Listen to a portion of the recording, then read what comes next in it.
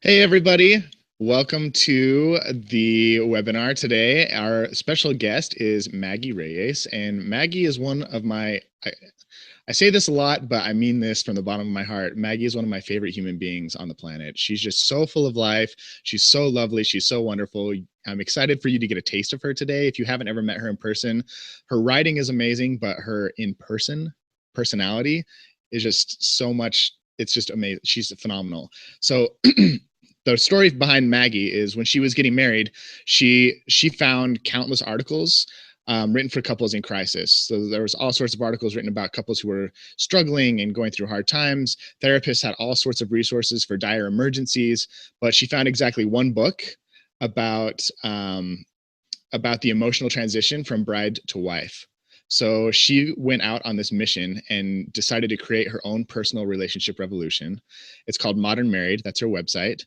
And that is where she provides happy, healthy people with totally doable ways to make their marriages amazing. And she is amazing, and her blog is amazing. And I'm excited to have her talk to us for a little while today about some of the things that she's learned that go into making marriage so amazing. So, welcome, Maggie. Thank you so much for being here. Hello, hi Nate. I always love spending time with you, and hi everyone. I'm so All the way excited. from Miami, clear in Florida. Yes, I love it. all the way from Miami. Awesome. I'm just going to listen to this webinar over and over again every morning when I wake up. I am amazing. You are. I'll just cut out the intro and send it to you, or you can just call me on the phone and I'll tell you how amazing you are. I have no problem with that. I just love you so much. Thank you. Um, You know I love you too. oh, thank you.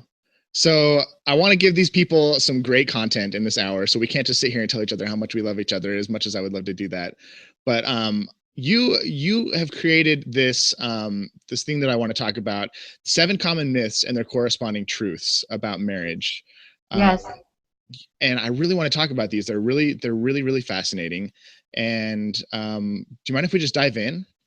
I do want to dive in, but I'm always sort of am listening to life as it speaks to us. And I want to mention that Yes. what we did right now, how we're each other's cheerleaders, that's so important in marriage and in life. And so even though it's like, oh, it's kind of cool, we haven't talked in a while, and we're so excited to talk today and everything we're going to share about.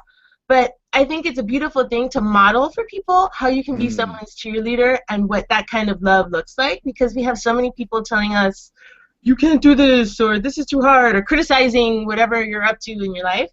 And if you don't have a cheerleader in your life right now, it's just an invitation to think about, who can you cheer on? Who can you encourage today? Because it's just like we're here to talk about the myths of marriage and all this fun stuff, but that encouragement is really powerful. So I just wanted to take a moment and show people that it wasn't just like, oh, a little love fest, but it's modeling what that can look like for you in someone else's life. absolutely. And having a cheerleader is just so powerful, isn't it? Like having Yeah. somebody to remind you of your mission and the powerful stand that you have in the world and the difference that you can make. It just makes all the difference to be reminded of that every so often. Absolutely, absolutely. So now that we have made that little moment, absolutely, let's dive into the myths. Where do you want to start? Awesome. So the first myth that you have here, I haven't pulled up so I can stay on track, is that marriage magically changes people for the better, The magic pill that everyone is searching for. right? I do, and that's it. You're done, right? I feel like that is a mentality that people have where they're like, oh, my life is really hard and, maybe I'm not pretty enough or I don't have enough money or I don't have the right friends or I'm not from the right part of town or I don't drive the right car. I don't have the right job. I'm not enough in all these different ways. But if I marry somebody, if I find that right person, then, oh, everything's going to be great. Everything's going to be wonderful and fixed. That myth, I think, is something that's pervasive in our society because of media, because of movies, and I'm the first one that loves the rom-coms and all that stuff. But we have to understand that that is a fiction, and in reality, it's the day-to-day life that we spend together that helps us grow and evolve and learn and all those things. And when you get married, you are just you with another person. So it's not going to magically fix all your problems. If you're in debt, you're still going to be in debt. If you still want to lose those last 10 pounds, you're still going to have those last 10 pounds. It's not that magic pill. And what happens is we put so much pressure on that person to be everything to us. But then, when we do say I do and that doesn't magically fix everything, suddenly it's their fault. And Mm. that just puts so much pressure for people starting out. Tell me a little bit more about that, making it somebody else's fault. Like, So yeah, obviously I'm a big passionate person about self-responsibility. So self-responsibility is something I talk about a lot. And that moment when we realize that in our lives, every day is a choice and that we can choose, we may not be able to choose our circumstances, but we can choose how we react to those circumstances. And if it's in a relationship with someone, if we take a step back, pause, the power of the pause. Something happens and we're just all riled up and we say, you did this, or whatever it might be. And we take a step back and say, well, who was I being in that moment? What was I doing? Well, mm, I was there too. I was involved. That idea of self-responsibility and saying, I can react to this in a different way. And I can also look for compassion for whatever that person might be going through that I might not be aware of. I think that's so important. If you get one thing out of today's call, it's just to pause, take a step back, and ask yourself, who do you want to be in this moment? And that will be a huge shift, whether it's in your marriage, at work, with anyone you love. I love it. There's a book called The New Rules of Marriage by Terry Real. I don't know if you've read it, but I learned this really. There's a part in the book where it talks about how our responsibility as a partner is to give our partner everything they need, so to give them what we need. Mm-hmm. And he mentions how, like, in the moments where you're deep in conflict and you're feeling like the pressure and the stress and you're feeling emotionally compromised, like those are the moments where you least want to give your partner what they need to give you what you need, like where you least want to be empathetic and kind and understanding Right. and take a step back. But those are the moments where it's most important, because if you're able to take a step back and put those feelings aside and be like, okay, how can I show up for my partner in a Yep. way that will put them in a frame of mind, or give them the tools or access to the emotional presence to Yes. show up for me the way I need them to show up right now. And that, it's like, to me, I was like, oh man, that is my responsibility. And so often you're just like, no, it's your responsibility to decide how you show up. Well, it's my responsibility to help you show up that way. Absolutely. There's two things that come to mind about that. One of a blog post that I wrote a while back was how to pour love into pain, and how pain, as we said, doesn't go away just because you're married. You will have moments of pain. Sometimes they will be caused by someone that you love. And one of the suggestions that I make in that post is to assume love. Like, let's not forget this person loves you. Something bad happened. Okay, we'll agree on that with you. But assume love first, and then take that step back that we've been talking about, that pause, so you can do, as this book says, of giving them what they need, having compassion, having that sort of emotional infrastructure, so to speak. And I know that you and I both follow a lot of the research from the Gottman Institute that I love. And one of my favorite things that I read about from their research is this physiological reaction in your body that actually happens when you're upset. They call it flooding, which Yeah, is not your imagination. You are flooded with all of this sort of stress hormone. That's not the best time to negotiate where we're going on vacation. You know what I mean? That's not the best time to try to solve, your cousin's problems. At that moment, when you're truly flooded with this emotion, if you're able to step back and say, let me talk to you in 10 minutes, that's sometimes the absolute best thing you can do for your relationship, and to come back at it from another angle and with compassion. absolutely. And I love the thing that they talk about. They say that when you are emotionally flooded, honestly, like, it is physiologically impossible for you to have a logical discussion, because Right, what happens is your fight or flight mode kicks in, and your rational, like the brain, the part of your brain that's in charge of rational right. thinking, shuts down, and your just survival mode takes over, like your frontal lobe, I think it is, that's in charge of like the basic systems. So your adrenaline starts pumping, your pupils dilate, your capillaries dilate, and you have this adrenaline going, and your ability to reason goes completely out the window. So it's So, really interesting to think that like this isn't something you choose. If you right. feel emotionally compromised, you literally can't think logically. Your body won't allow you to. And I think that's so important to just have that understanding that there are physiological things that happen in your body that will affect your relationship. And if you're able to say, oh, wait, this is what is happening right now, I don't actually hate you. Let me call you back when I can think clearly. That's like a great way to diffuse and minimize things that could otherwise escalate to epic proportions. Totally. And this is kind of a good segue into the second point on your myth, the second of the seven myths, is we have this idea that once we're married, everything is just going to work out. Right. Right? So it's Yeah. first, marriage isn't going to change anybody, and then once you get married, it's not just all going to work out, right? Exactly. It's like it's all gonna work out. I don't have to put any effort into it. I don't have to try. I don't have to figure stuff out anymore. I will just magically know all the answers. They will be downloaded to me. Because of course, it actually has changed me for the better. It has changed who I am. Like we were going back to the first myth. So the thing is that marriage is something you create every day. As your life is something you create every day. As your career is something you create every day. And something that fascinates me is the idea that we make a decision. So especially in a marriage ceremony, right? It's a decision witnessed by hundreds of people sometimes. It's a decision that we made. But we forget that we re-decide every day that this is who I want to be, this is who I want to be with, this is the job I want to have. It's always a choice. And because we made this decision 5 years ago, we wake up and we think, oh, we have to do it this way now. No, we re-decide every day. So the idea that it's all going to work out without you putting some effort into it, first of all, it deprives you of the opportunity to grow. And in my view, marriage and having a deep, loving connection with someone is the best place to experience growth in an amazing way.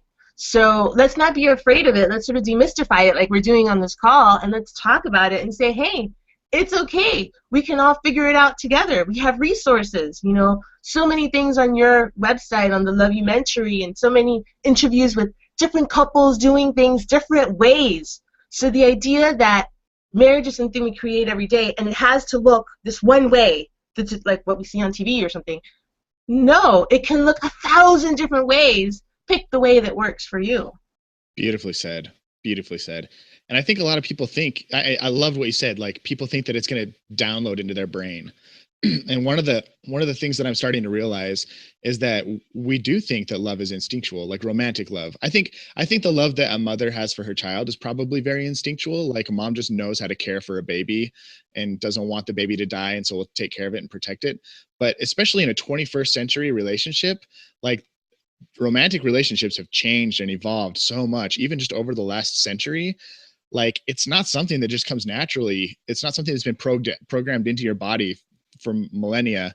It's something that it's a skill. It's learned over time. And if you're not studying, if you're not practicing, if you don't have good mentors and teachers, if you're not investing in, like we invest in our cars, we invest in our work, we invest in our cable TV and like our computers. And how often are we investing our time, energy, and resources into our marriages, into our relationships? And it really does require a constant investment of those things to really master love. I love that you use the word investment because it's an investment of your time, of your energy, of your attention. Sometimes of your money as well, if you're going to buy a book or if you're going to, sign Take up for a class, get a coach, all those kinds of things. But this idea of when you invest in something, what happens? You get a return on that investment. And your commitment to that investment is going to impact directly what the return on that investment is going to be. And sometimes the most important investment we can make is the investment of our attention, whether it's to that other person, to how we're feeling, to how they're feeling, just by refocusing our attention in that moment with that person. That's the beginning of that investment that's going to have so many dividends, because we didn't talk about this in the beginning, but this idea that marriage, good, healthy marriages make you live longer. There's research, all kinds of research about how people live longer, they make more money, they're healthier. At the same time, a bad marriage has all the opposite negative Mm. effects. So the idea that if you make this investment in your relationship, the unintended consequences are really fabulous for you in the rest of your life. Absolutely. And I think so. I read this really interesting thing the other day. So I don't know. I'm trying to organize my thoughts here, but I feel like there's this stigma that well, if we go back to the investment thing, if you invest very little, the payout is very little. If you invest a lot, you have the potential of having a very big return. And Right. I think that there one of the curses of our society is Mm-hmm. we have accepted mediocre relationships as the standard, as the norm, and Mm-hmm. we think that they're great. And like Mm-hmm. the measuring stick that we use for relationships is how long you've been together. Mm-hmm. Just because somebody's been together for 20 years or 40 years or 50 years doesn't mean that they have a great relationship. Mm-hmm. It could mean that they're just exceedingly tolerant and patient. You know what I mean? Yes. And Yes. so, like, if you want the measuring stick to be like emotional connection and awesome sex life and really healthy living, like that is all traced back to the type of investment that you make. The greater the investment in the relationship on both parts, Right. the higher the return and the higher the quality of the relationship. And my hope is that what I see happening with your work and with my work is that we're kind of raising the bar of what is accepted as normal. Absolutely. I love that you brought that up because in my personal experience, when I was growing up, so my parents were divorced, and I didn't personally know anyone who was really deeply, richly, happily married. I knew people who were partners and who got along and who helped each other and who had affection for each other, but I hadn't really seen a relationship that I aspired to be like. And I met a friend of mine who had that relationship, and when I met them and I saw how they interacted with each other so lovingly, and they were kind to each other and they were generous with each other, it blew my mind open to wow, like that's possible.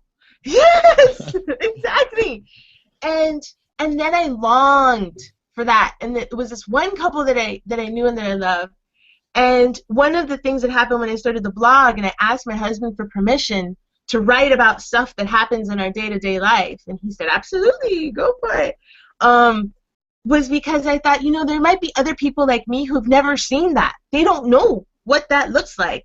And I think what you do, just interviewing all these different couples from all these different backgrounds and experiences, it just shows you the rich tapestry of what's possible, which might not be in your neighborhood, it might not be in your sort of local sphere, but it's there. And once your mind is opened, one of my favorite quotes is that once your mind is expanded by a new idea, it never goes back to its original dimensions. And that's, I think, one of the things that we're passionate about doing for marriage, and hopefully we're accomplishing with our little chat today as well. I think we are. Yeah. So the third myth is one of my favorite myths that you have here. And it says, he loves me, so he should know what I want without me saying a word or communicating it in any way. Okay, around the world, raise your hand if you've ever had that I thought. think everybody does it. Like guys do it, girls do it. It's like, oh man, if she really loved me, she'd know to do this. She'd know I wanted this. And Right. So I don't know why. I don't know how that myth came to be where suddenly because you love someone, you're a mind reader. I don't really totally know. We do something really fun in my house, and you might have seen us do it because you've seen both of us together. But mhm. we turn to each other and we say, "Use your words," like kindergarten. Yeah. And we have it as a running joke now, and it makes it kind of light and fun. But the truth is, sometimes it's like, use your words. I want to understand what you want. I want to love you the way I could love you the best. But if you don't use your words, I have no freaking idea how to do that. Mm. So let's just bust that myth right now and say to everyone, use your words, please. I love what you just said. Like, I want to love you the way that you want me to love you the best. Like, nobody wants to be a mediocre partner. You want to be the best possible lover. I don't Yeah. know anybody who's like, I have a goal of being an average lover. Right. I want, Exactly. I want my wife to when she's approached by other women to be like, yeah, my husband's all right. No, you want your partner to be like, "Oh my gosh, I have the best spouse in the entire world. I love them so much. They just know how to love me." And like I heard this really great quote the other day, and it said, "You're not allowed to be mad about not getting something you've never asked for." Ooh, that's really good. Yeah, and I'm like, "Oh my gosh, that's so true. How often do we get pissed and we lose sleep and we get angry and upset and vindictive and hold grudges because we didn't get something that we never even verbalized that we wanted?" That is so important. And the other thing we do is then we start complaining because we never got it. Yeah. And then it's just complain, complain, complain. And I am like so like radically opposed to complaining. I think complaining is just like useless. Nothing happens at the end of a complaint. The best thing you could ever do is say, instead of complaining, I'm going to make a request, aka use my words. Yep. I would like it if this happened. I would like it if you did this. Whatever that looks like. Yeah. That's like a total shift in energy because it opens the possibility to a yes or a no and to a further conversation about whatever it is that's going on. Well, and going back to what we talked about a minute ago, complaining doesn't set your partner up to give you what you want. Exactly. All it allows them to do is feel bad.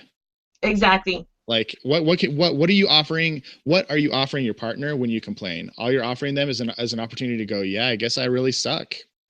And Sorry. like you said before, nobody wakes up in the morning and says, gee, I want to make my partner feel bad today. I mean, that's no one's intention, right? So the tools to not do that is why we're talking right now, to give people just simple tools. This is not complicated stuff. But it's so important. And one little thing can create such a shift in your relationship. And one thing I want to talk about that I think is really critical as we think about these myths and as we talk about self-responsibility and those things is your partner does not have to be doing all these things. You can do these things. And by you doing these things and thinking this way and just opening your mind to a different way of interacting with that person, you will see whatever the consequences are as they develop. You don't have to call them up and say, watch the webinar, watch it right now. You can just take one thing away, whether it's use your words, whether it's assume love, whether it's give me, try to love me the best I can. Any of these that really sort of popped for you, just do that. Take that and practice it for a week or a month. Yeah, do a week of no complaints and only requests. Replace all of your complaints with requests. There you go. So I have one other question around this topic, because I feel like a lot of people make the assumption that if you have to ask for it, then it suddenly doesn't mean as much anymore. As if if somebody would have just if they would have done it without being asked, it has more meaning. If that makes sense. So can you have done the dishes? I don't need to ask him to do the dishes. It's his job. Wait, my favorite. It's his job to take out the garbage. Why do I have to tell him every day to take out the garbage? Right. I'm going to tell you a little story and to illustrate this point, and then we can kind of go back into that question a little deeper. But one of the reasons I became a coach and I became so passionate about this is someone that I love really, really deeply was having this conversation with me. She's like, well, why do I have to tell him that he has to do that? It's his job. And I said, when was the last time you thanked your husband for something? I just said, when was the last time you thanked him for anything? And she paused and she thought, and I could tell she was thinking, and she could not remember the last time she said thank you to her husband for something. And I said to her, this is someone that I love deeply, we're really close, and I said, you know what? I want you to thank him for anything for a week. If he says good morning, thank him for that. Just look for things to thank him for. Just for a week. Don't believe me. Humor me. Just do it. And this led to like a 10-minute thing about why should I thank him for the things he's supposed to do in the first place. And I said, well, do you want to be happy or do you want to stay like this? Because this doesn't really sound like it's getting you anywhere. So after, some convincing, I told her, to do it, and she did it. And 2 weeks later, she calls me back. This is a friend of mine. And she says, you're never going to believe what happened. What happened? My husband stopped at Starbucks and got me my favorite, I don't know, mocha frappuccino special thing that has 5 different, things in it. He hasn't done that in 5 years. Like, really? That sounds really cool. What happened? Well, that day you told me to start thanking him for things? I was like, yeah. I started doing that, and then he got like really happy. And then he started thanking me for things. And I was like, it just takes that one little shift, like that one little moment that you notice something good your partner's doing creates more moments for both of you to celebrate. And that kind of goes back to this whole mind reading thing where it's like you have that opportunity to do something that impacts their day and that they wake up and they're looking forward to seeing you because you make them feel good because you affirm them and you're looking for the good that they're doing every day. The tiniest thing. So Beautiful. I love it. yeah. So asking for things doesn't necessarily, if you change your mentality around asking for things, and Yes. instead of saying like, oh, if I have to ask for everything, Right. then it doesn't count. If you change that to, me asking for things is teaching my partner exactly how they can love me best, and I want to set them up for success. And And then asking for things creates a moment of connection between you. It educates them, like you said, about what you love and what matters to you. It gives them the opportunity to express their love in a different way. And asking for things is a way for you to take self-responsibility about what you want to create in your life. And that ultimately is very empowering to you, whether that person does the thing you requested or not. yeah, I think the reason a lot of people associate asking for things with negativity, they say it's because, oh, it doesn't mean as much. But in reality, I think that it's just scary. I think asking for what you want in life, it's a vulnerable thing to do. It requires you to own your desires. And it's a scary thing to own your desires, especially if you own it and then you don't get it. Like there's that potential of not getting what you want when you ask for it. And so it's much easier and much safer to just complain about not getting it after the fact, and then Mm-hmm. try and pass that off as being vulnerable. But really, the more vulnerable thing, the thing that offers your partner the ability to connect with you more, the thing that really opens you up to a really quality relationship, is just owning the desire and making the ask. This is the thing is owning your desire is a beautiful way to say it. Is something that a lot of us, and I include myself in this because I went through this process where I am a feminist and I can carry my own bags. Thank you very much. They might be breaking my back, but I can carry them. And my husband, this lovely gentleman, beautiful, generous spirit, was like, well, I can carry it for you. To me, it's like carrying nothing. It has no weight to me. So why don't you let me help you? So this idea of accepting help was something that I myself, went through and have seen over time how opening myself to accepting help and owning that desire for help is a process. And I would say, thinking back on how I felt back then when that was happening, is start really small. If this is resonating for you, this idea, whoever's listening to us now about owning your desire, start small with it. Practice with little things. Let him make your coffee or carry your bag or whatever tiny thing he can do. That will sort of build your vulnerability muscle, and then you can expand that into a deeper experience. And a lot of us grow up avoiding and suppressing our desires, not just our romantic desires, but let's say, I want to be an actress, but I become an accountant, or things like that, where if we're used to suppressing and avoiding in all these different areas of our life, to go back to the other myth about how marriage is not going to fix it, then we need to take baby steps in owning our desires and saying, I would love it if we had coffee in the porch tonight and just, listen to the birds chirping. That would be so nice. Start at the smallest place you can do it. You're not going to jump from being an accountant to an Academy Award, right? It's not going to work that way. But start where you are. And that is a beautiful way to connect with your spouse. Beautiful. And that's the practice that we're talking about. Yeah. Like when we talked at the very beginning about how to master love, you have to practice it, and this is the practice. Mm-hmm. Starting where you're at and developing those muscles. I love how you said that. Mm-hmm. So the next myth that you have on here, number 4, is marriage will make me feel complete. Talk to me about that myth. So I was single for many years, and I think that this is one that I could really relate to. It's like if I got married, nothing would be missing in my life. Everything would be perfect again. But I, as a person, would not feel like something is missing. And, sort of one of those messages that you complete me message that we get over and over again Thanks, Tom Cruise. um, is really a myth that I love Tom, but that one is hard. It's hard for me. So the idea that marriage will make you complete is really, first of all, it's devastating because it won't. So you get married and then you don't feel complete, and then what do you do with yourself? You're bereft. It's a terrible thing to go through. And marriage is going to make you more of who you are. That's all that's going to happen. You just continue, hopefully, to grow and become more of what you already are. And if you're For better able and to for worse, right? yeah, for better or worse. But if you're able to realize that idea of completion has to come from yourself, and if you look at the theme of all the topics we've discussed of making requests, owning your desires, all of these things are about your relationship with yourself.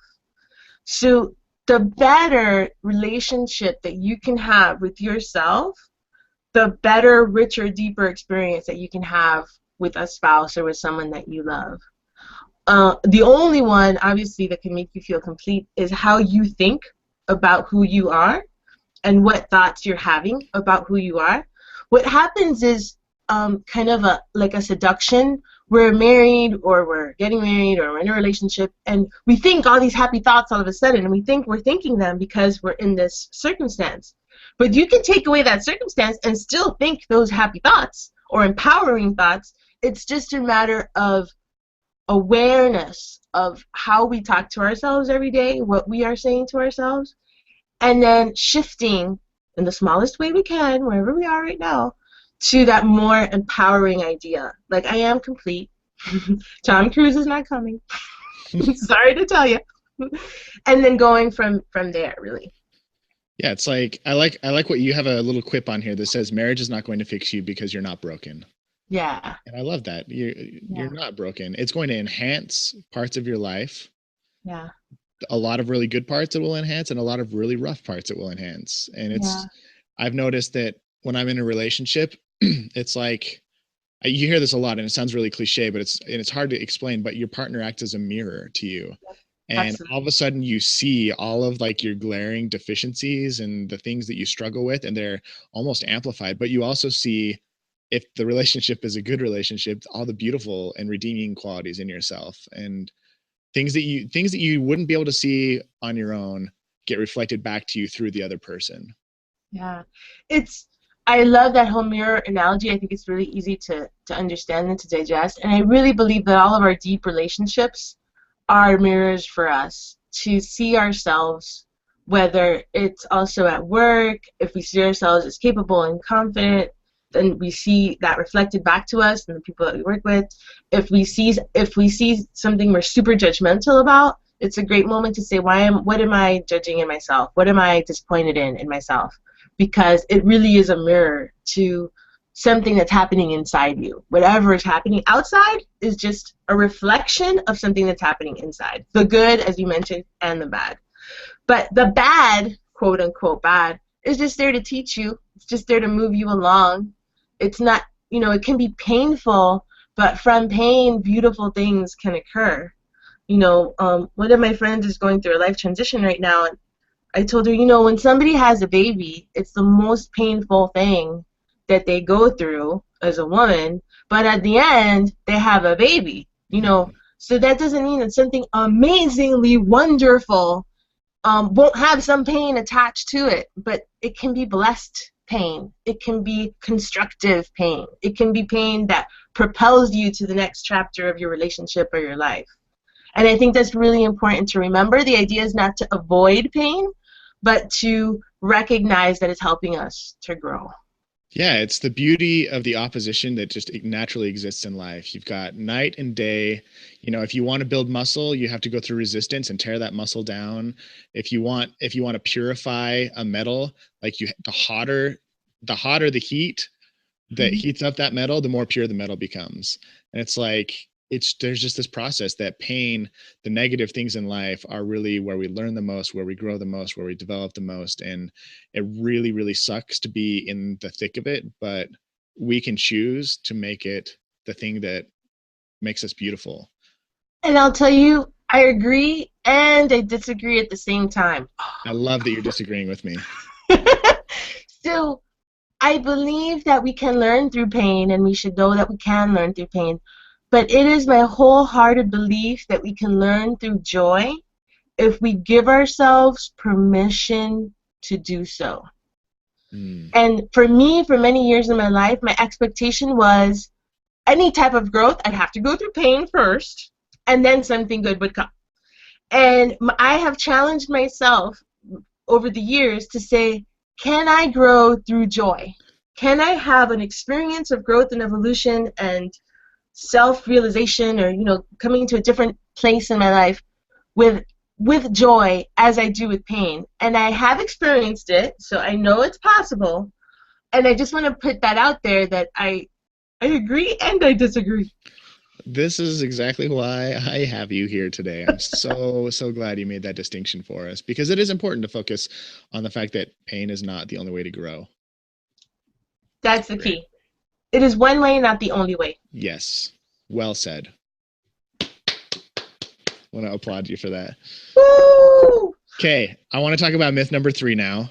Okay. And this is probably my favorite myth on the list. And this is the one that I want to spend a little bit of time on. Okay. Because it just I remember when you and your husband talked to me about this the first time, and then I re-listened to the conversation that we had because we recorded it on a podcast, Okay. and I've heard it several times now. And every time I hear it, I'm like, okay, yeah, that you explained something that I think everybody experiences, but until it's explained to them, it just it just happens naturally without thinking about it. Mm-hmm. So the myth is, he didn't do X or she didn't do Y, and that means he or she doesn't love me. It means they don't care. Mm-hmm. So the idea that something happens and then we attach a meaning to it. Yes. So, first of all, I went to a training. It's called Landmark. I don't know if anyone who's listening might have heard of it. And one of the things they teach in that training is that our brains are meaning-making machines, and we observe the world around us, and how we translate the world and make sense of the world is by attaching meaning to things.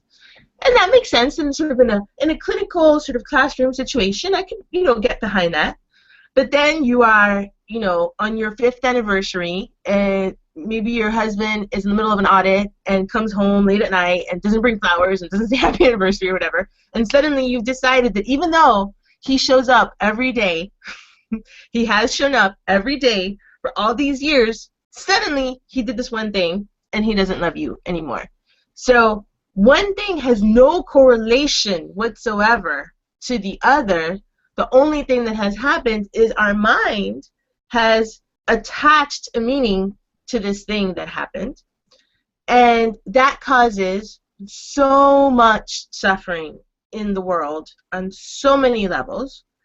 And I'm passionate about, as you said, sort of deconstructing that so people can see it when it's happening and say, I can choose the meaning I want this to have.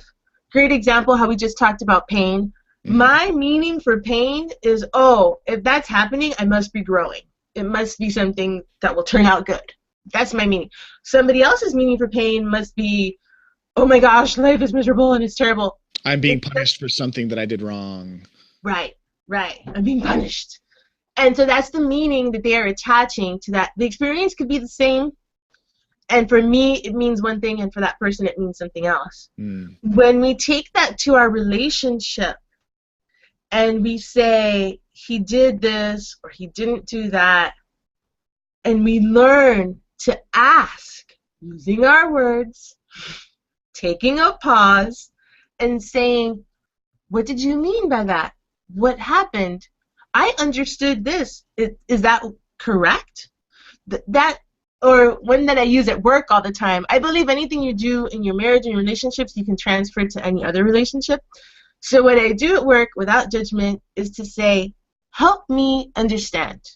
Because sometimes crazy things happen that I don't understand. And I'll go to someone and I'll say, help me understand. What happened here? And when you go with that question that isn't like, have you lost your mind? What are you doing? And you just say, well, help me understand. And then they walk you through the 5 things that happened for this to occur. Suddenly, instead of making the meaning they have lost their mind, you can attach a different meaning to say, oh, they were doing the best they could with what they had. This seemed like the best solution given the circumstances that were available at the time. That's great to remember at work. It's great to remember at home. And it's like we talked about having a muscle and working your muscle, like you work out. This is something that it's sort of an emotional workout. You have to practice it. I love it. And once you become aware of your meaning making machine, you see it everywhere. Everywhere. Like I remember sitting at a movie theater and you go to hold your partner's hand and they don't hold it back, or like you just put it out there and they don't hold it. Well, are they mad? Did something happen? Did something go wrong? You know, maybe they just didn't see it. Maybe they did see it and they're like being passive aggressive, or you're texting somebody and all of a sudden they stop texting back. And it's like, did they get in a car accident? What's happened? And you're attaching all of this meaning to why did they stop texting? Did I say something wrong? Did I offend them? Oh, their battery just died. Maybe they died. Like we just, anything that happens, small or big, we attach a meaning to it, and being aware of that. And I love what you said, just like ask what the meaning is. I know another thing that you talked about in our podcast is that you guys, you and your husband have a daily check-in. Yes. Tell me about that. So, it's another thing that I'm really, really passionate about, because I feel like when you marry someone, the distinction between someone you love and someone you marry and have a passionate relationship with is the fact that you get to be a witness to those intimate moments of their life. Of course, you get to have hot, passionate sex with them too, but ultimately, the difference is that you get to be a witness. What? I just love you. You're just great.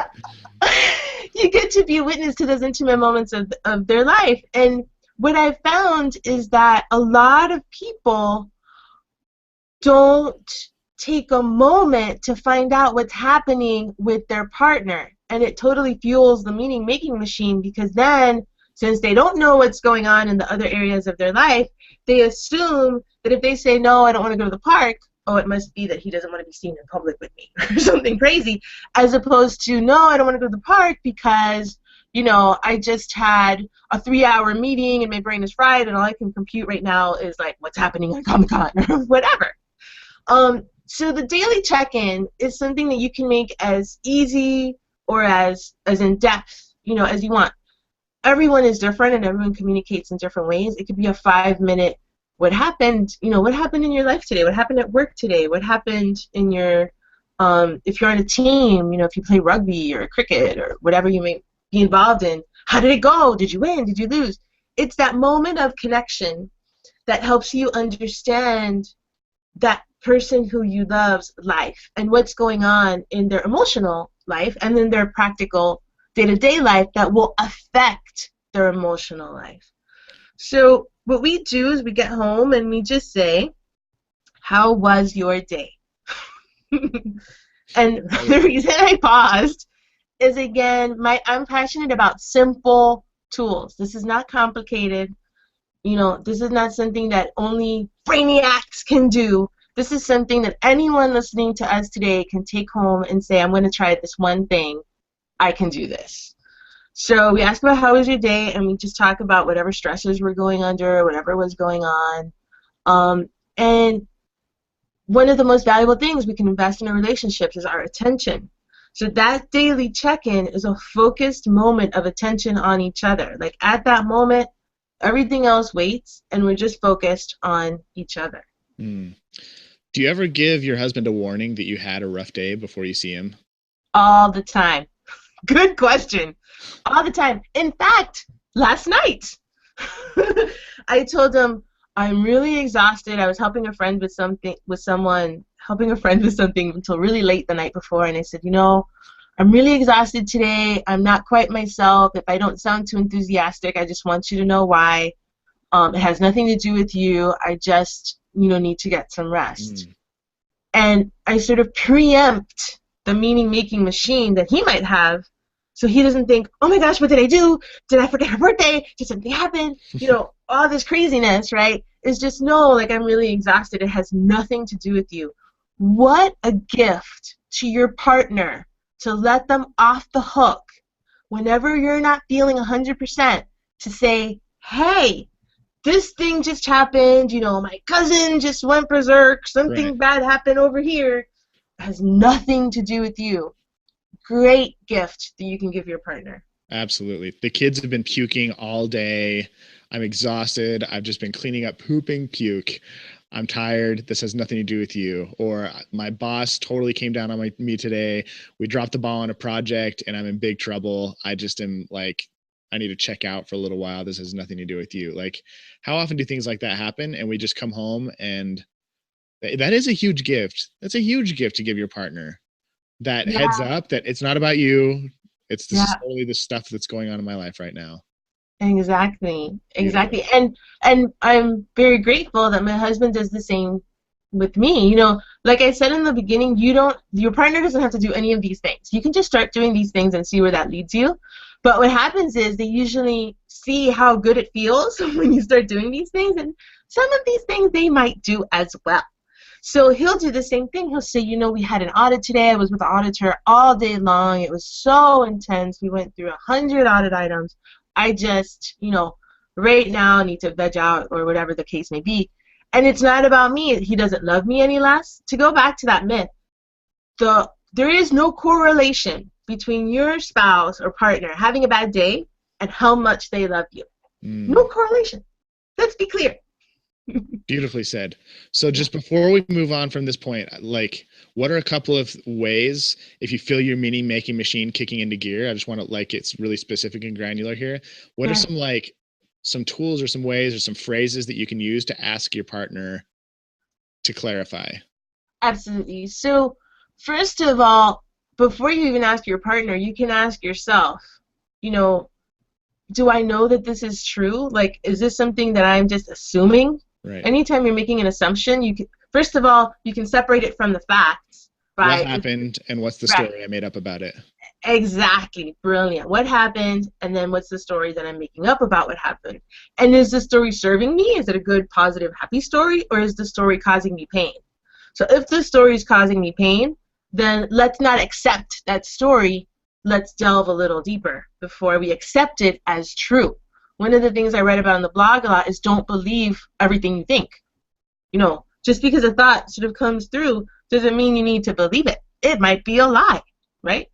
So with your partner, if they do something that hurts your feelings and you really are making up a terrible story about it that's causing you pain, you can ask them, you know, I understood, you know, restating whatever happened, I understood X, you know, is that right? So that they can give you their side of the story. So one thing is just asking them, this is what I understood, is that correct? And then they might say, no, that's not what I meant at all. I meant this other thing. Or you can say to them, you know, this is what I'm thinking right now. I'm thinking, you know, you don't love me anymore because you were late to tennis practice. Ooh. And you give them that opportunity to say, well, I do love you. I was late because I was picking up a surprise for your birthday. You know, so just having conversations about whatever's happening is really the most useful thing. And the reason the daily check-in ties in with this point the most is it's really hard to have a conversation about something that has an emotional charge to it if you don't have conversations about other things that don't have an emotional charge to it. So what I mean by that is if you guys are talking all the time anyway, it's totally cool to bring something up and say, hey, Nate, you know, that hurt my feelings. Can we talk about it? But if we're like off over here and off over there, and then I only want to talk to you when I have something difficult to talk about, what happens is we never want to do those things. Mm, We don't want to talk about that at all. So the little, as you said, granular way to make it easy to have those kind of conversations is to have these simple sort of day-to-day conversations and open the highway, right? It's like a highway of communication, and the Yeah. more lanes you have, the better. So you have a lane for day-to-day, and you have a lane for emotional, and you have a lane for cheerleading. And so you want to have like LA type 5 lanes that you can always sort of jump from one to the other. Yes. I really like what you said about telling your partner what your story is. I feel like, well, I mean, you mentioned it very early on in this conversation, but there's a certain level of personal responsibility that has to be present for the relationship to work. And my belief is that you can be responsible for 5 things. And I use my body to describe it, so you're gonna have to envision my lower half underneath the Okay. table. But there's your thoughts, there's your Mm-hmm. words, and then your heart is your Mm-hmm. desires, or no, your heart is your feelings. Mm-hmm. And then you have your desires, which is like your belly and loins, and then your feet is your actions. And you have to own all of those things. Like you can't make your partner responsible for your thoughts, words, feelings, desires, and actions, and you can't be responsible for theirs. Mm-hmm. And there's something to be said about telling your partner, hey, this happened, and this is the story I'm making up about it. Like, that is a vulnerable thing to say. Hey, this happened, and it made me think that, like, maybe you have a crush on another woman. Mm-hmm. Or it made me think that maybe like we're drifting apart, and that really scares me. And Mm-hmm. like being able to own that and then have them be like, no, no, no, no. Or yeah, maybe that is something that's happening, but how can we fix it? Being mad exacerbates the problem. Owning your story offers you the opportunity to bridge the gap and correct anything that might be mistaken and fix anything that could be going wrong. I love this distinction about the 5 things that you're responsible for, and that reminds me of something that we do that I don't know. It's just something that happened probably when I started taking all this self-responsibility. You know, how many times have you told someone or heard someone tell someone, "You make me so happy. Mm. You make me so happy." And it's a beautiful thing to say. However, in my house, um, we preface it with, I know I'm responsible for my own happiness, but I have to say, I'm really happy right now with you. Yes. Maggie, I am happy when I'm with you. I am happy when I'm with you too, Nate.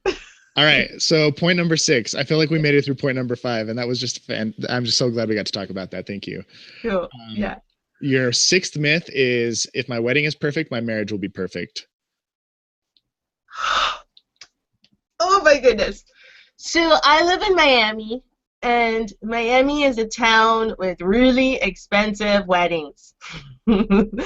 I knew a florist once who said he did $30,000 worth of flowers for this wedding, and 2 months later, the couple got divorced, Oh and I my never gosh. forgot that.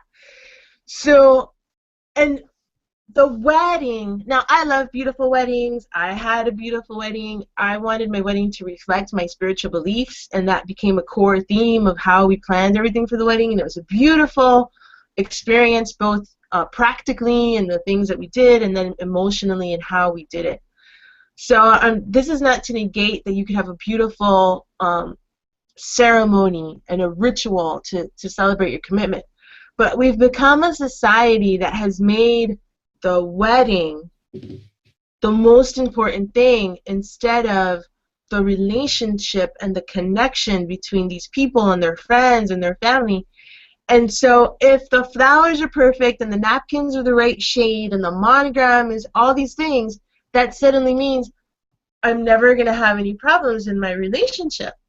And that is just so sad to me when I see the focus go away from the purpose of the wedding is to celebrate the relationship and to bring into this circle of love the people who are going to support you and be your cheerleaders when tough things happen, right? I mean, the original purpose of that ceremony and that ritual has sort of gone to this sort of weird twist where it's like we still have the ritual, but all the stuff behind it is sort of, for many people, is kind of gone. Mm. And so that idea of, if everything is perfect externally, then my relationship will be great. We haven't talked about anything, in the last 3 months. We don't do a daily check-in. I have no idea what he's thinking. My meaning-making machine is going crazy, but those monogram napkins are going to make it all better.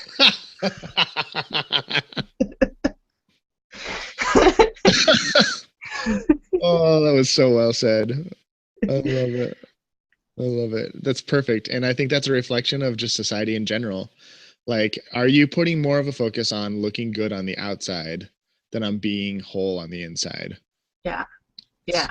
beautiful. It's so, so, so important. And I sort of, I don't want to say hate. Hate is such a strong word, but Heartily dislike. I deeply, yes, I vehemently dislike those shows like The Bachelor and The Bachelorette and all that kind of stuff, because um people, yes, because you sort of see that and you think, well, he didn't take me on a private yacht for our third date, right? And there's 100 production assistants with lighting and makeup and all these things to make it look cool. None of these couples stay together. I think one in the history of the 10 years of these shows has stayed together. So that idea, it plays a game in our head that I'm just so passionate about talking about and saying, no, that's not normal. That's just not normal. And the expectations it puts on the guys to be like, Mr. Wonderful. It's like, no, I think it's so important to say that wonderful comes in all kinds of packages. And you have to delve a little deeper to really get to that wonderful. Beautifully said. Okay, our last myth for the last few minutes here is we know how to communicate. We don't need practice. I think we've kind of illustrated that this is a myth throughout our entire conversation. Well, practice is essential to having a quality relationship. I mean, what our life is practice, really. I think the thing is we talk, right? We talk to each other and we think, okay, because we talk to each other, we don't need any other tools in our arsenal for communication. And it's not taught to us in school unless we actively seek experiences like this one, like what you're putting together. It's not something that regular people on a day-to-day basis really think about. But having tools to communicate when you're upset and tools to communicate when things don't go quite right is so important. And just doing what you've always done isn't necessarily the best way to communicate. So something like active listening, where you listen, and as we talked about, I understood this. Is that right? I, for many, many years, worked with ships. And in ships, for safe communication in these large vessels, they have this thing called closed loop communication. They have it in hospitals, anywhere where there's like emergency services. You open the loop, you say whatever it is, the person repeats it, and the other person either agrees, and like an example, I'm putting down the anchor, confirming you're putting down the anchor, or no, I meant pull up the anchor. In safety situations where it's life or death and critical, there's a specific method to communicating. And in our life, in our daily life, where we can experience so much pain if we don't communicate intentionally, there's like no method. There's like whatever, hey, how are you? That's it. So learning to communicate in a way that has compassion and empathy and that helps you focus your attention on something that's going to grow your relationship is just going to help you be happier regardless of how that relationship turns out to be. Beautifully said. Maggie, I have a feeling that your husband is a very, very lucky man. Thank you. I don't know. I don't even know how to add to that. Like, just thank you for being who you are. Thank you for sharing this stuff with us. Thank you for doing the work that you do. Thanks for giving me your time. This is just like lovely. I hope everybody listening is like getting a real idea here of like one thing is that amazing relationships are possible. It's Yes. so possible. And two, it does require some effort on your part and some practice, but that the stuff that is required is not super difficult. Like just changing a little bit how you listen, or changing, like, just lessening the amount of complaints and increasing the amount of requests, Hmm. or identifying that, hey, maybe sometimes when I get really upset, it's because I'm creating meaning out of something that is not really the true meaning of what's happening. Like Exactly. these little teeny tiny things, they're not always easy, but they're so simple. Hmm. With one little change, expressing gratitude. I remember you told me once that gratitude is the rocket fuel for marriage. Yep. um, just those little things will just completely transform, can completely transform your relationship. So I hope that you guys are walking away with a couple of notes. I know we're going to follow up in just a few minutes after this airs with an email, and in the email we'll include the 7 bullet points that we talked about today and a couple of other great resources. Maggie, before we sign off and I let you go, is there anything, any parting words that you want to share with everybody who's watching right now? I really love the recap that you made. I think my parting words would be start simple in the smallest way, wherever you are right now today. We talked about some things from the point of view of healthy, thriving relationships. And I know some people listening to us today are going to take that and run with it, and they're already halfway there. But I know, and my heart goes out to those people who might not be in that situation. And for those people, start in the smallest way and just start wherever you are with what you have. And then you will see that as you start, you will be able to evolve and move forward and be gentle with yourself and be gentle with your partner. Because if you've never done any of these things and this is totally brand new to you, then take one thing that really called to your heart today and do that, and just take it one day at a time. Beautiful. And even if you're single and listening, I know we'll probably have some single listeners. You can start practicing the stuff in any other relationship, like your work relationships, relationships with your friends or your roommates or your family members. Like these skills do not only apply to romance, and learning them will make you better equipped to have the kind of relationship that Maggie has when you're married. So, Absolutely. yeah. Thank you, Nate. Thank you for the opportunity to share this. You know, I'm so passionate about this stuff, and I'm so excited and happy to be talking to everyone. And I send you a big hug. Likewise. Thank you. Hug back. Okay, go have an amazing day. Thanks everybody for tuning in. Bye.